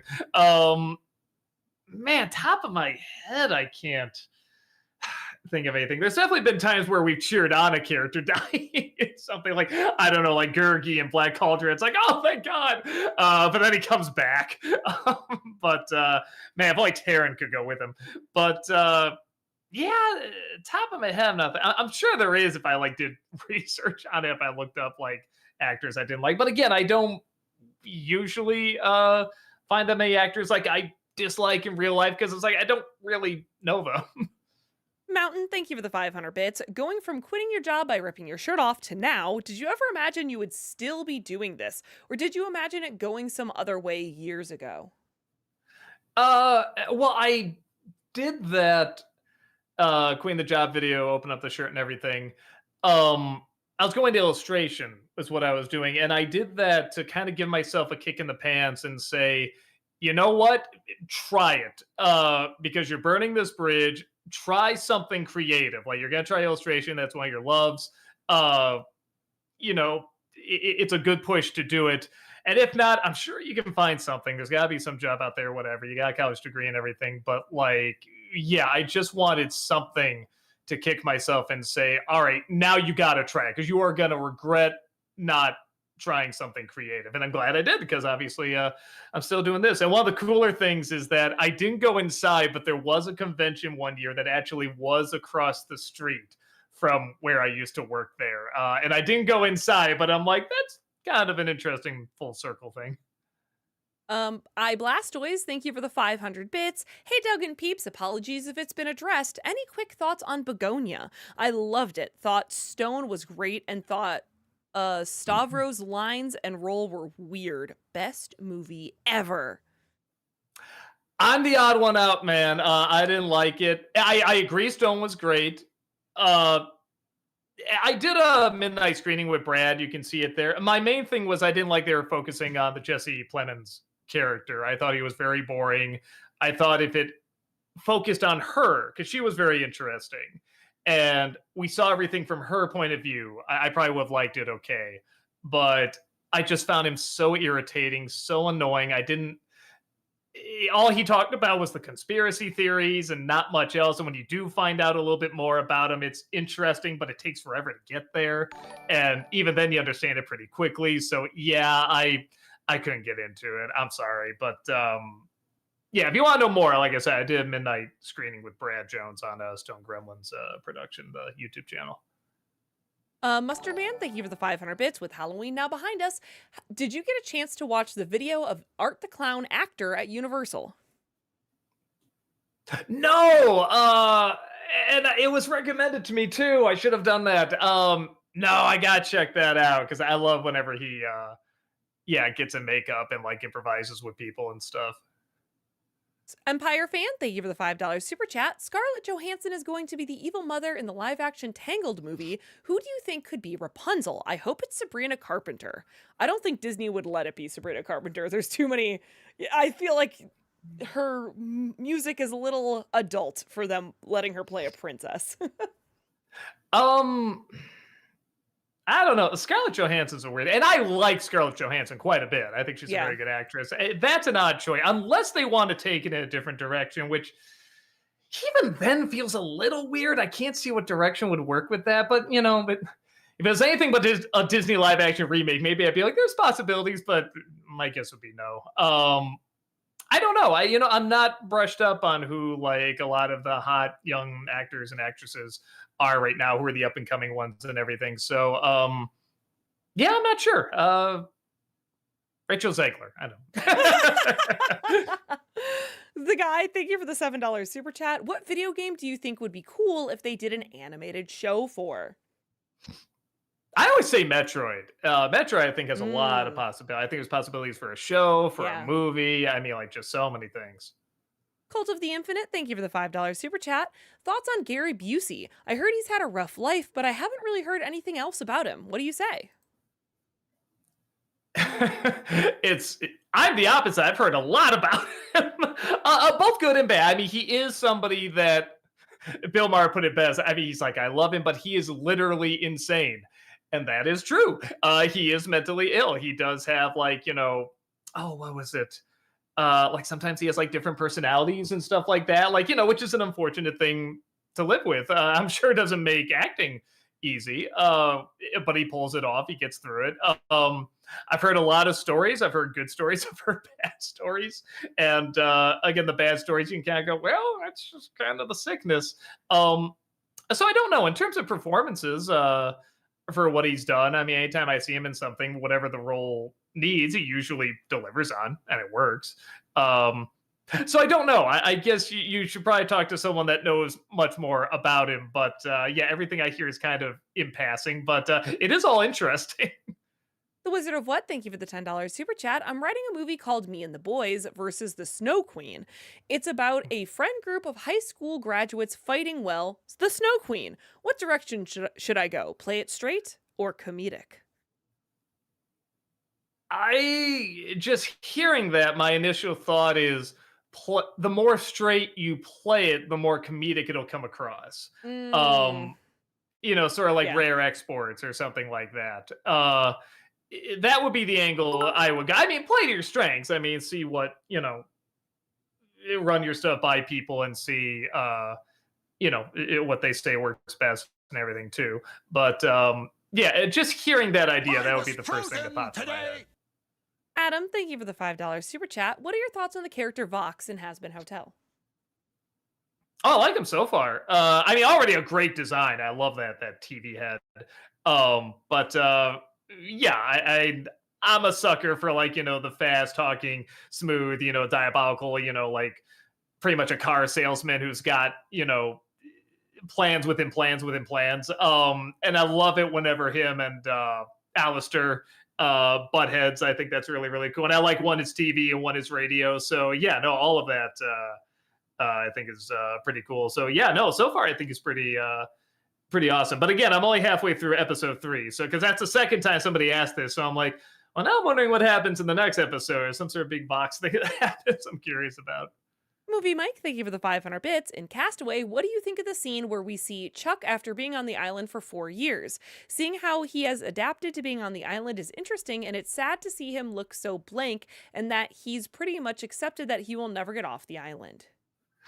Uh, it's good. I had a huge issue with the way they show it, where it just dissolves. 4 years later, I'm like, no, he's been putting little marks on the rock and stuff like that. You could show a montage of him putting down more marks. You could see his hair growing. You could have it where you don't know how many years have passed, so that when Mm, he finally gets there, isn't that so much more of a reveal? 4 years have passed. I mean, because you would lose track of time as well, yeah. even if you were marking all that down. So yeah, that was always something that was I was hugely distracting frozen today. to me, because everything else was paced out pretty well. Digi Akuma, thank you for the $5 super chat. Would you consider a crossover episode with AVGN and review the long lost pilot episode of the Battletoads cartoon? Um, if he was interested, it's always one of those things where if he wants to do something, I'm always yes, whatever it is, because I'm still in such debt to him because early on, we did that crossover and that we were a name definitely, but we were nowhere near as big as him. And doing that crossover definitely sent a lot of people our way. So yeah, I'm definitely like whenever he wants to do something, I'm like yes sir, whatever it is.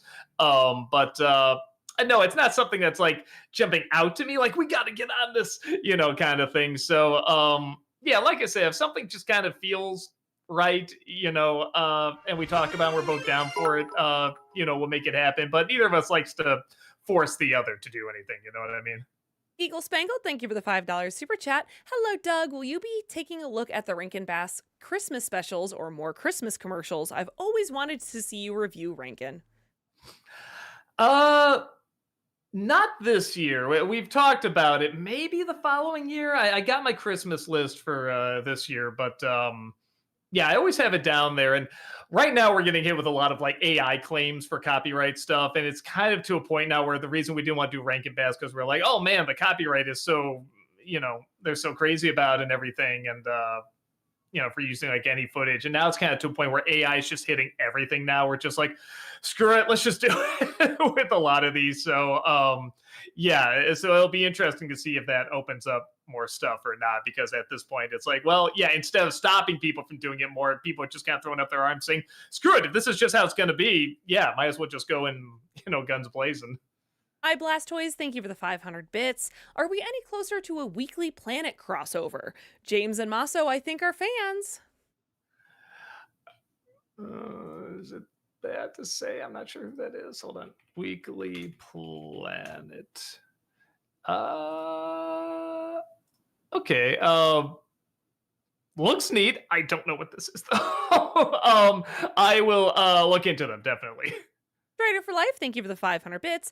Did you know that the 1954 cartoon Animal Farm was funded by the CIA? That news shocked me. That checks out. Okay. No, because I Doug's like, remember yeah, seeing no, it. no, yeah. No, because I remember seeing it. Actually, out of all the adaptations, it's one of the better ones. But that wouldn't be the first thing that came to my mind. Then when you said that, I'm like, yeah, okay, because there's kind of that hopeful ending, like, fight back, take it back, be a good, civilian, a good American, stand by, blah blah blah. So I'm like, okay, yeah, I can see them adding that ending there. Yeah, huh? It kind of makes me want to watch it again, actually, knowing that. Trip, thank you for the $5 super chat. Do you like flowers for Algernon? The book, yeah. The movie's pretty good too, even though it's very of its time. Um, there's things in the movie that don't work, but most of it does. And yeah, no, it's one of those I'm both surprised and not surprised there haven't been more adaptations of it in terms of TV or film. But yeah, because I mean, that's every actor's dream, like Jekyll and Hyde to play these two almost totally different parts, and what different ways do you play it? But I don't know if sensitivity wise, that would be a thing now. I feel like it'd be okay, but you could also see somebody like trying to go for an Oscar, with it too. So it'd be tricky to do it in a way where it's like you'd really have to take from the story and the character, and you'd have to really remove ego from it. But yeah, we're just talking about the story. Yeah, no, I remember being really good. Sean, thank you for the $5 super chat. Question for both Doug and Heather. Favorite song and character from K-pop Demon Hunters? Mine is Golden and Mira. I like Takedown, and I like the kitty. Like the cat that always has to straighten out the vase. Yeah. I think mine is exactly the same as you, Sean. I love Golden, and Mira is my favorite member of Huntrix. Although this is what it sounds like has been growing and growing on me. Future movie actor, thank you for the $5 super chat. This is part 1 of 2. Disaster movie and Meet the Spartans ended up nominated for Worst Picture together instead of separately due to having the same production team. That's pretty funny. Joe Pat, thank you for the $10 super chat. You reviewing while you were sleeping for Disney-cember? I guess I could. I like it. I don't know. It's not jumping out at me, but there are some scenes I do really love in there. I still use every once in a while just that clip of Bill Pullman going, ugh. That's like one of my favorite reactions of all time. And what he's reacting to, I won't give it away, but what he's reacting to is so funny. I mean, I love it when the guy wakes up too, and he's just not following what's going on. He just goes, A, B, C, D, E, F, G. Like he's doing the alphabet, making sure he knows it. It is a good, I don't know. Maybe I will. It won't be this year, but maybe next year, because I do actually remember liking the movie quite a bit. JL, thank you for the $5 super chat. In Aladdin, what do you think of Robin Williams' genie? Oh, he sucks. What do you think I think of him? He's great. I mean, whenever somebody hears of a genie in anything, now you're either gonna think of I Dream a Genie or Robin Williams. Like that's it.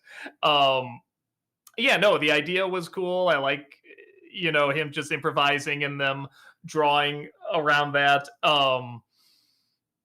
Yeah, no, he got the heart where you needed to have the heart as well. Yeah, no, I mean he's everybody's genie. Empire fan, thank you for the $5 super chat. Doug, will you do a review of your favorite musical ever, Mamma Mia 2? You think the first time is bad, the second one is even worse. First viewing. Boy, that's funny. I've actually heard the second one's surprisingly good. Even people that hate the first one are like, the second one's not bad. I hear they kill off Meryl Streep. That's a great start. And they go more for like actually trying to form more of a story, and it's supposed to be better, which I haven't seen it. But I've always been curious about it because, like I said, I have heard people say, actually, it's okay. So maybe one of these days I'll check it out for that. Movie Mike, thank you for the 500 bits. And while you were sleeping, what do you think of Jack Warden? I think he's so charming and is the best part of the film. Is that I'm assuming that's Bill Pullman. While you were sleeping, was it Jack Warden? Jack Warden, yes. Oh no, that's the the father, I think. Yeah, no, I remember him being pretty good. I haven't seen it in a while. I haven't seen it in probably a decade, but yeah, I remember that character being really cool. Movie Mike, thank you for the $5 super chat. This is part 2 of 2. This was 2009, and The Love Guru won against them. Other nominees were The Happening, In the Name of the King, and The Hottie and the Naughty.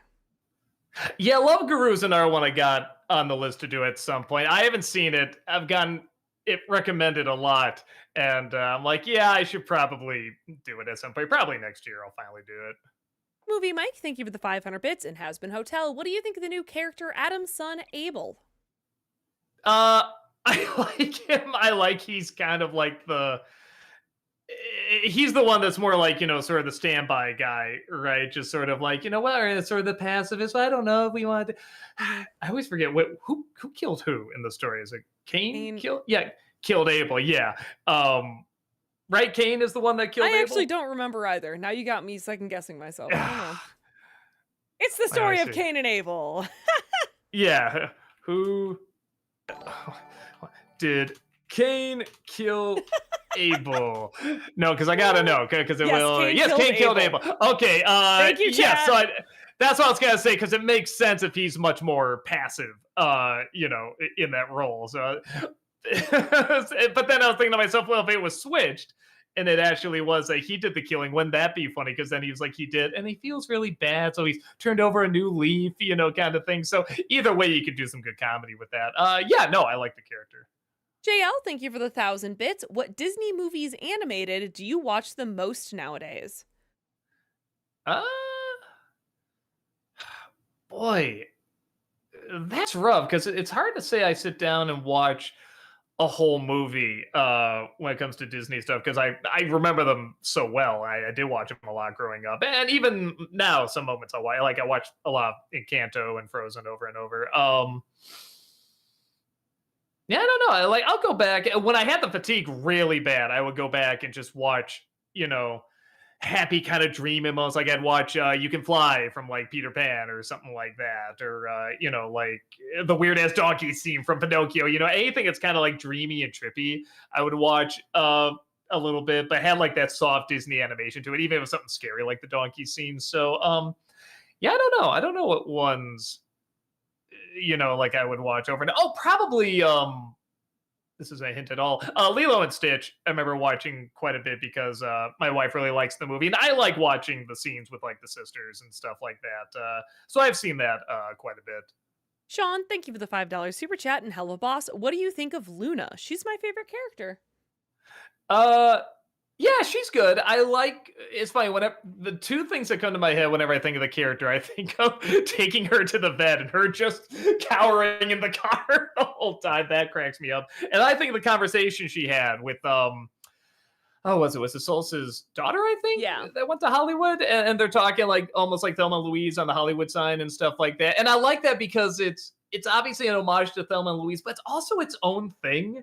And I like when a scene can do that. And I just remember that being really, really cool. So I remember her being a pretty good character. Joe Pat, thank you for the $10 super chat. Have you ever seen the Sears Central Air commercials? Would you ever put it in a commercial special, or as the material in the ads too short? Have I? Let me see. Sears Central Air. Because it kind of sounds familiar. Central Air commercial. Yeah, I want to say I saw this, but something just didn't click about it. I don't know. I gotta watch it again because it says 1.7 million views. I want to say we saw it and we kind of went, can we really get that much out of this? So I don't know. I'll watch it again. I'll give it another go. KJK, thank you for the 500 bits. Hey, Doug, you said you haven't heard of Professor Pig, so it might interest you to know that he has a side mission in Arkham Knight if you want to know more about him. You might want to look into that. I think I know which one it is too, because somebody, maybe it was even you, said, hey, did you ever finish that one mission with like, the body parts and stuff like that? And he was like, yeah, you're going to want to finish there. At least watch a video on it. So I have it pinned, just something to go back to and watch. I haven't had a chance. And if that's Professor Pig, that wouldn't surprise me. But if not, I'll watch that and then see what side mission does have Professor Pig. And I'm sorry, I just love seeing Professor Pig. It's just fun. Sean, thank you for the $5 super chat. Are you going to see Die, My Love? It looked a little interesting. It was if it gets like a lot of good buzz around it, maybe I'll see it on the big screen. Also depends on what else is out that week. But yeah, the bit I saw looked looked pretty kooky. KJK, thank you for the 500 bits. I remember that you said you started listening to Epic the Musical. Have you finished it? And if so, what do you think of it? How far did I get? I think I'm in like because there's a lot of tracks. Yeah. I think I'm in like the last third of it. I think. And I do like. I'm one of those people where I admire the Broadway sound. I don't always get a ton into it, so it did take a little getting used to, but it is really good. It's really well set up. Obviously the melody's good, the singing's good, the lyrics are fantastic. So yeah, I should probably finish that up. I usually finish it up when I go on a walk, so yeah, I'll probably I should finish that up. Sorry, I'm acting like there's more to say, but there's not. JL, thank you for the $5 super chat. How did you get the idea for the pole position commercial? Was it really because of the narrator from that commercial? Yeah, no, I've just always had a dream of just like boiling my cast in hot lava and having them eaten by dinosaurs and stuff like that, killing their dogs. No, it was just the commercial was so crazy and the narrator was just so intense. That's just kind of where it went. Deadshot, thank you for the $5 super chat. Me with JW Rebirth. Wow, a genetically defective T-Rex. This thing can be interested and terrifying. D-Rex. Me wakes whites that glow. Yeah, I mean that's the one at least they did a little something with. I mean, all the other, I mean, it had like 4 arms. It's like, okay, that's kind of cool. That's kind of fun. But I didn't even know it was called a D-Rex. I mean, that's how little an impact it had on me in terms of like, giving it that much of an identity or, that many cool moments. But at least I remember it a little bit. LHRPG, thank you for the $5 super chat. How much will it take to get Walter to make Twilight Tober Zone episodes for the 80s reboot? I can't be the only one who wants to see that. Probably not going to happen. However, he is working on more fanscriptions, so keep an eye out for those. Woohoo. Ted, thank you for the $20 super chat. Have you seen the trailer for Fakem Hall yet? Jimmy Carr says his intention was to combine Airplane with Brit period pieces. Personally, I'm totally stoked. Also, I think my cat has a crush on Chaplin. I'm in love. I thought it looked hilarious, and I liked to. I didn't put together the title and what it was doing until I saw the trailer, and I'm like, oh, I feel pretty silly for not connecting those pieces. But yeah, no, everything I saw, because we do like Downton Abbey and we like some of those period piece movies. So all the jokes I saw in there seem to be working. So yeah, I hope it follows through. Because again, if a parody is bad, oh man, does it hurt if it's just something where it's only dependent on jokes and no character and stuff like that, and the jokes don't work. So I hope it does, because the jokes I saw were really, really funny. Movie Mike, thank you for the 500 bits. And Ghost, what do you think of Carl's death scene? It's very satisfying and really creepy, and the way Sam says, "Oh, Carl," is really sad. He sounds so betrayed. Yeah, well, and for me, I was just making sure that was the main villain there. Yeah, the going to hell scene, of course, is just like the creepiest, stuff. And I guess the way they got those sounds, they took a baby crying, played it backwards, and slowed it down by like, I don't know, like 50% or something like that. And it's just the oddest, most uncomfortable sound. It's just, man, what genius thought that up? That was so smart. So yeah, no, I remember it being, when I was a kid, especially, I was just like, like, that was a pretty creepy scene. What up, JD? Thank you for the $5 super chat. Which movie had the better villain song? Wish, Moana 2, or the Snow White remake? Let's see. Oh, I was gonna say what was the one, the Snow White remake. I'm like, oh, how can I forget? Probably Moana 2. I actually remember that song being okay. Like wasn't anything fantastic or anything, but I remember it being all right. JL, thank you for the $5 super chat. Would you ever go back and finish Cobra Kai? I don't know, man. I mean, it's just if it was short, if it was like a movie or something, I would maybe do it. But I don't know. I just lost. I was already hanging on just barely to a lot of that, and yeah, at some point, I finally just said, "I'm out. I can't do this anymore." And I get why people still can, and they followed it all the way through. Not that I don't get the camp of it and stuff like that, but yeah, it had to be somewhere really down the line where I'm just like, yeah, I'm bored. Might as well finish this. Thank you for the $2 super chat. Daniel Ryan Mulligan, thank you for the $20 super chat. Thank A you. bleeder? You let an effing bleeder into your Q&A? Now for the real question. In part 2, because last time I wasn't able to ask because I didn't know how this worked. Great. Derulo, thank you for the $5 super chat. Would you ever do a Blu-ray collection video? Also, did you know Umbrella Entertainment released Super Mario Bros. 1993 and freaked on region-free 4K Blue? I have freaked on a Blu-ray. I'm good enough for that. I'm not quite at a point where I need 4K. I have a few 4Ks, but it's only to get the Blu-ray, with them. And what's the first part? Blu-ray collection. Probably not because I don't.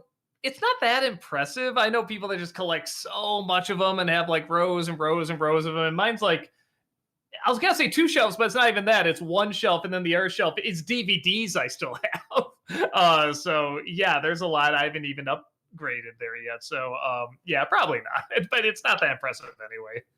Alexander, thank you for the 500 bits. In Zootopia 2, I'm most excited to see more of the core duo's chemistry. My favorite moment in the trailers is when Judy playfully socks Nick in the stomach. Their facial expressions and the way it was timed was had so much personality. There it is.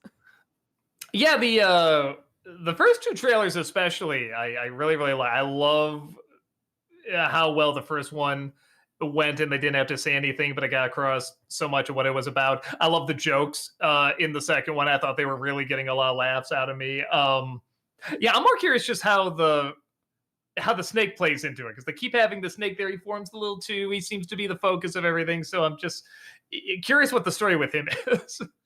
JL, thank you for the 1,000 bits. Watch anything good for Disney December yet? Not one thing. It's weird. Yeah, no, I saw, because I'm working in things, like like some Fox shows like the King of the Hill reboot and stuff like that, and Andor. But yeah, I've seen some good stuff. I've seen some not good stuff. So yeah, you just have to wait and see.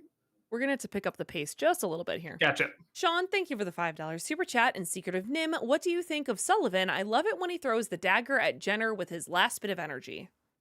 Yeah, no, you do feel for that guy. He's played very, very well. JL, thank you for the 1,000 bits. And Castaway, what do you think of The Island? As a character? Actually, I guess you could say it's a character. Intimidating. I like they didn't get like a beautiful place, but it's not, they can still shoot it well too. Peter, thank you for the $5 super chat. Hey, Doug and Heather, I heard there's a new movie in the works written by Jennifer Lawrence and Emma Stone and starring, surprisingly, Miss Piggy. Your thoughts? Miss I heard about that. We were just talking about that. Yeah. I'm ready. Give it to me. Why not? Sure. If Jason Segel can write a Muppet movie, why can't they? Daniel Ryan Mulligan, thank you for the $20 super chat. Why have you never covered If, Ramona and Beezus, or Harold and the Purple Crayon, maybe even Rampage, a video game movie with Dwayne Johnson, filmed in Chicago? Perfect, right? Dan, a.k.a. PS. Thanks. Yeah, Rampage was supposed to do a crossover with somebody, and then we kind of lost touch, and we probably should reach out again the more I think about it. The others I haven't seen, I don't know much about, so maybe I'll look into them. Movie Mike, thank you for the 500 bits. And Hasbin Hotel, I know you like Vox, so I was wondering, what do you think of the other 2 Vs, Valentino and Velvet? They're good. They're all entertaining. They're menacing. They're funny. I love the one line where Charlie says, actually, the exclusive interview, that was a lie. And she just goes, liar. That was so simple, but that made me laugh. Mountain, thank you for the 500 bits. And I saw that you said that your dog jumped on you before you could write a message. So I'm sorry. Thank you for the 500 bits. Just an a-hole, thank you for the $5 super chat. Doug, I love you, buddy, but you had a huge missed opportunity to review V for Vendetta on November 5th. I still love you, you royal baldness. Yes, that'd be a great idea in the current environment. Talking about V for Vendetta, that'd be awesome. I'm not the guy to review that movie. I like it. It's a good film. There's people that can bring a lot more to a review of that movie right now than I can. Patrick, thank you for the $25 super chat. Really appreciate that. Thank you. Have you ever heard of the show Tugs? It was made in the 80s by people who worked on Thunderbirds and Thomas the Tank Engine and follows a fleet of talking boats. Aimed at a slightly older kid audience, lots of cool pyrotechnics. Yeah, never heard of this. No, maybe I'll check it out. JL, thank you for the 500 bits. A Haunted House was a parody of paranormal activity. Good to know. I heard it was bad. Larry Lester, thank you for the 500 bits. Could you have done Demo Reel as a webcomic back in the 2000s? Yeah, I mean, I wouldn't have the time for it or anything like that, but I don't know. I feel like what little comedy there was would kind of have to be video and see how poorly done it is. I could be wrong. Maybe there's something there. The Gamer, thank you for the $5 super chat. I had seen a Nostalgia Critic analysis that mentioned the Cartoon Guy show. What do you remember from being on that show? I remember Justin. He was the guy that ran it and came up with the idea. He starred as the cartoon guy, and he was just the sweetest dude. Still miss him. Still miss him to this day. It was such a great idea. It was showing how art was everywhere, and they did get an episode on PBS, but they couldn't get any more after that. But yeah, no, that's what I remember most. The Wizard of What, thank you for the $5 super chat. You've done a ton of NCs on Disney Renaissance movies, but what about from the Silver Age, like Peter Pan or Alice in Wonderland or 101 Dalmatians? Sometimes I get them in there, like Sword in the Stone. I wouldn't mind doing Sleeping Beauty. Somebody was asking about that. I'll probably do that soon. Movie Mike, thank you for the 500 bits. And Zorro, what is your favorite moment between Elena and Alejandro? I like just when he sees her for the first time. He's supposed to be the servant, and he's just walking by. He's following Antonio Banderas. He just has a little glance at her, and just a little smile, and he walks away. It's so quick, but he's just so happy to see his daughter again, to be that close to her. I really like that. Empire fan, thank you for the $5 super chat. Hey Doug, another first viewing idea, McHale's Navy in 1997. Tom Arnold is the lead, very bad, but Tim Curry is the villain of the movie. I don't know if anyone would click on the video, if anyone remembers that movie, but I could be wrong. We'll see. King Croker, thank you for that 20-month membership over on YouTube. Welcome back. Thank you. Appreciate that. Do you think you could review Teen Titans Trouble in Tokyo 2006? Robin drop kicks a dude from like 3 stories. And I remember that. I remember it being good, but I don't know if I'm the one to review it. I like the show and that movie, but I think you need like a diehard fan to talk about it. Movie Mike, thank you for the 500 bits. And Castaway, what do you think of the tooth scene? Oh, it's rough. That's probably the roughest scene to watch. Like, especially he's like, it's, feel it every time. JL, thank you for the $5 super chat. Remember the old Power Ranger VHS covers in the Blockbuster days? Kinda. Again, I wasn't a huge Power Rangers guy, but I kind of remember what they looked like. I think they were golden, I think. Movie Mike, thank you for the 500 bits. And Zorro, what do you think of the scene where Diego talks to Elena for the first time? Hopkins is so good in that scene. The first time. Yeah, no, I do remember that. They really work well off each other. Man, did I get that wrong? Did I confuse him and Antonio Banderas?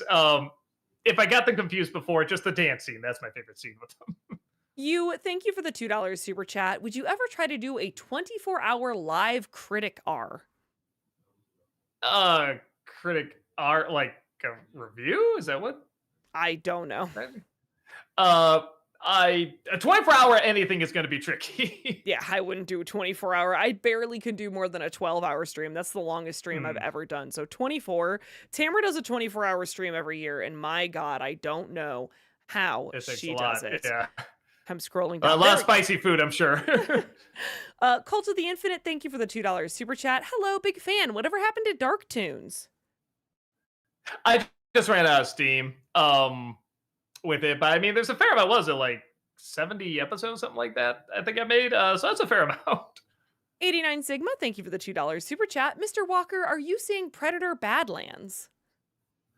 No, if I do, I'm not seeing it this weekend. But maybe I'll check it out later. Okay, we just caught up. We might have like maybe one or two questions in us here. Blablick Block says, Heather, do you think Doug would get into Dandadan? I think you would, Doug. I think you would find it an interesting I've heard good anime. things about it. Yeah. Yeah. Yeah. For sure, for sure. Call Me Geo over on YouTube says, Hey Doug, have you seen the movie Predator Killer of Killers yet? If you liked Predators 1, 2, and Prey, then you'll love this one. Also, Predator Badlands is coming out soon. You gonna watch that? I'll see it at some point. I don't know if I'm gonna have time to watch it this weekend, but we'll see. Maybe I can do like a Disney December out or something. We'll see. JL, thank you for the $7 super chat. Which movie did you rent at Blockbuster in the old days? Lots. I mean, games too. Games was a big thing that we rented. Okay, cool. And I think that might have to be the last one. We got one more here that just came in. Dill, thank you for the $2 super chat. Yo, Doug, excited for Toy Story 2, favorite childhood game. Yeah, I completely missed this. Apparently, Me too. a ton of people are like, this is like one of the great games on PlayStation 2. I'm like, really? Toy Story 2, Buzz Lightyear to the rescue. I'm so curious, yeah. And it's funny because I downloaded the game and I was just seeing, if it played all right. And the first thing that pops up is that super pixely copyright thing, who owns what and everything. I'm just like, oh man, this isn't even like upgrade. This is going to be old school. So it should be really interesting. That'll be fun. That'll be fun. But yes, thank you all so much for joining us here today. As usual, we super appreciate it. As we were literally just alluding to, Doug is going to be back on Friday on both Twitch and YouTube playing games. However, we're not playing Final Fantasy VII Rebirth. Doug will be playing Toy Story 2 because we are doing some Disney December games here because we haven't played a Disney December game yet. So we'll be doing that on Friday. Malcolm's going to be back on Twitch tomorrow. I have started Poke Mondays again back on Twitch. So if you're interested in seeing gameplay of Pokemon ZA, I will be here on Monday nights. But yeah, thank you all. We appreciate it. Vostok Films, thank you so much for the $10 super chat. We really appreciate that. Have a wonderful rest of the evening, everyone, and we will see y'all later. Bye-bye. Goodbye.